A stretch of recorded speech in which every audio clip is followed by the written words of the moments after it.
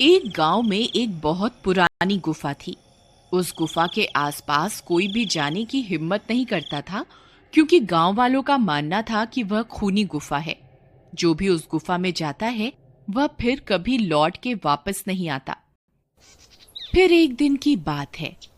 रामू जंगल में लकड़ियां काटने जाता है। वह लकड़ियां काट कर जंगल से वापस आ रहा होता है। तभी बहुत तेज बारिश शुरू हो जाती है। उसकी सारी कटी हुई लकड़ियां भीगने लगती हैं। अरे ये क्या? जब मैं सुबह निकला था तब तो बारिश के कोई आसार नहीं दिख रहे थे। अब अचानक ये बारिश कहाँ से शुरू हो गई? अब क्या करूं? तभी उसे एक गुफा दिखाई देती है। अरे यह तो वही खूनी गुफा है। इसमें तो जो जाता है वह कभी लौट के नहीं आता। अब मैं क्या करूं? इस गुफा में जाऊं या ना जाऊं? मेरे पास कोई दूसरा रास्ता तो है नहीं।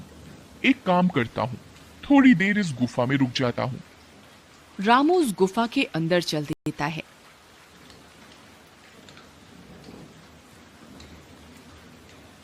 अंदर जाने पर उसे डरावनी आवाजें सुनाई देती हैं। वह इधर उधर देखता है, किंतु उसे कोई भी दिखाई नहीं देता। फिर वह थोड़ा और अंदर की ओर चला जाता है और फिर कभी वापस लौट के नहीं आता। उधर गांव में रामू की पत्नी और उसका बेटा चिंटू उसका इंतजार करते रहते हैं। लेकिन पूरी रात गुजर जाती है और रामू घर वापस नहीं आता। फिर अगले दिन सुबह होने पर रामू की पत्नी और उसका बेटा गांव वालों के पास जाते हैं और उन्हें रामू के लापता होने के बारे में बताते हैं। अरे भैया, मेरे पति कल जंगल गए थे लकड़ियां काटने, परंतु वे घर वापस लौट के नहीं आए। कोई मेरी मदद करो उन्हें ढूंढने में। अरे बहन यशोदा, मैंने रामू को कल जंगल में देखा था। वह लकड़ियां काटकर घर की ओर आ रहा था। तभी तेज बारिश होने लगी और वह उस बारिश से बचने के लिए उस खूनी गुफा में चला गया। तुम तो जानती ही हो, वह खूनी गुफा है।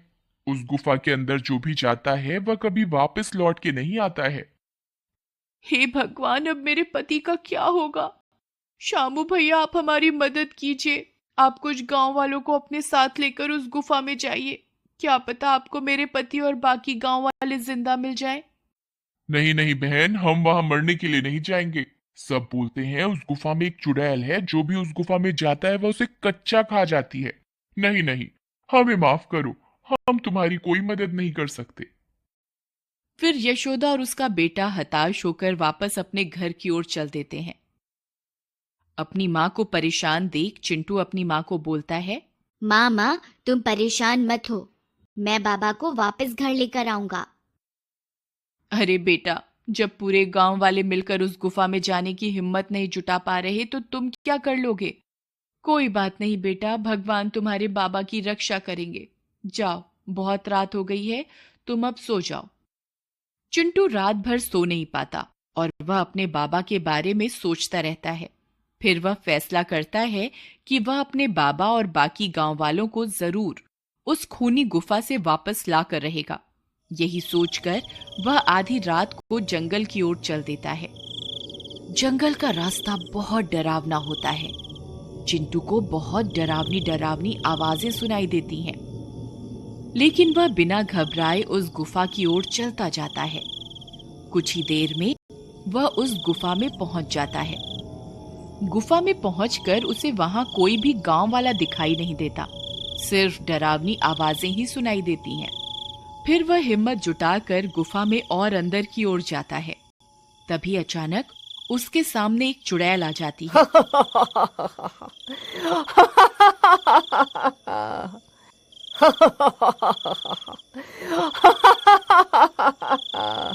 अरे ये कौन है जो इस गुफा में मरने के लिए आया है?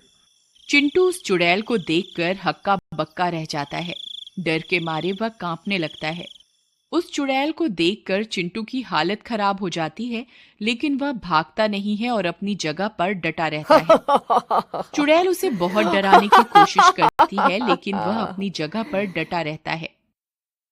अरे, ये तो छोटा बच्चा है, ये तो मेरे किसी काम का नहीं है।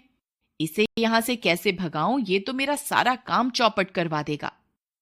दूसरी तरफ चिंटू को घर में न पाकर यशोदा घबरा जाती है। हे भगवान, अब चिंटू आधी रात को कहाँ चला गया? कहीं वह अपने बाबा को छुड़ाने उस खूनी गुफा की ओर तो नहीं चला गया? हे भगवान, अब मैं क्या करूं? फिर वह भागती हुई शामू के घर जाती है और उससे मदद मांगती है। भैया, चिंटू घर से लापता है। वह अवश्य ही अपने बाबा को बचाने के लिए उस खूनी गुफा की ओर गया होगा। कृपा करके मेरी मदद कीजिए।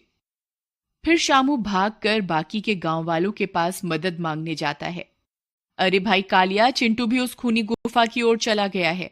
अब हम सबको मिलकर उसकी मदद करनी चाहिए। अगर एक बच्चा अकेला आधी रात को उस जंगल में खूनी गुफा में जाने की हिम्मत दिखा सकता है, तो हमें अपने आप पर शर्म करनी चाहिए। तुम सही कह रहे हो शामू।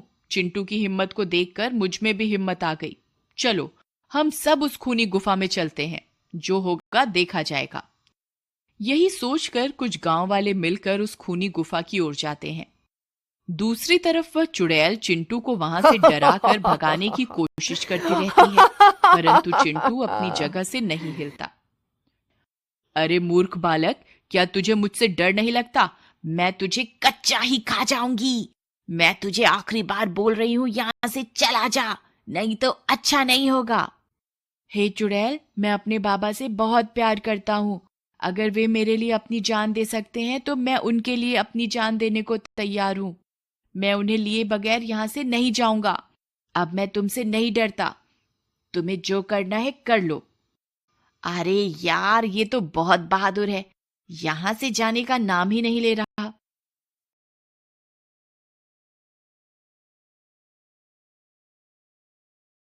वाले हाथों में मशाल लिए वहां पहुंच जाते हैं। अरे बाप रे, यहाँ तो चुड़ैल है। अरे दैया, भागो यहाँ से, वरना ये चुड़ैल हम सबको खा जाएगी। सभी गांव वाले बहुत डर जाते हैं। अरे मूर्खों, डरो नहीं। देखो, चिंटू उस चुड़ैल के पास ही खड़ा है। अगर ये चुड़ैल को खाना होता तो अब तक ये चिंटू को खा चुकी होती। जरूर दाल में कुछ काला है। तभी सब गांव वाले चिंटू के पास जाकर उसके साथ खड़े हो जाते हैं। लगता है आज तुम सबकी मौत तुम्हें यहाँ खींच कर ले आई है। हे चुड़ैल, चिंटू की हिम्मत देखकर हम सब में भी तुम्हारा सामना करने की हिम्मत आ गई है। अब हम तुमसे नहीं डरते। तभी सब गांव वाले हाथों में मशाल लिए चुड़ैल की तरफ बढ़ते हैं। अरे ये क्या, ये सब तो मेरी तरफ ही आ रहे हैं। अब तो मुझे यहां से भागना ही पड़ेगा। अरे देखो देखो, ये चुड़ैल तो दुम दबाकर भाग रही है। लगता है ये कोई चुड़ैल नहीं है, जरूर दाल में कुछ काला है। चलो इसका पीछा करते हैं। सब गांव वाले चुड़ैल का पीछा करते हैं। तभी चुड़ैल का पीछा करते करते गांव वाले ऐसी जगह पहुंच जाते हैं जहां उन्हें बाकी के सारे गांव वाले मिल जाते हैं। वे सारे खुदाई का काम कर रहे होते हैं। वे लोग उन गांव वालों को अपनी ओर आता देख खुश हो जाते हैं और अपनी आप बीती बताते हैं। कालिया, अरे भाई घनश्याम, तुम सब लोग यहाँ खुदाई का काम क्यों कर रहे हो? और तुम सब लोग वापस गांव क्यों नहीं आए पिछले 2 महीनों से? अरे क्या बताएं भाई कालिया, ये औरत ने चुड़ैल बनकर हमें जबरदस्ती यहाँ कैद करके रखा हुआ था और खजाने के लालच में हमसे दिन रात यहाँ खुदाई करवाती रहती थी। जब भी कोई गांव वाला हमारी तलाश में इस गुफा की ओर आता तो यह उसे डरावनी आवाजें निकालकर यहाँ से भगा देती थी और उसे अंदर नहीं आने देती थी। और जो कोई भी अंदर आ जाता था तो उसे भी कैद करके यहाँ खुदाई के काम में लगा देती थी। तब सब गांव वाले मिलकर उस चुड़ैल को पकड़ लेते हैं। मुझे माफ कर दो, मैं खजाने के लालच में तुम सबको डराती थी। मैं कोई चुड़ैल नहीं हूं।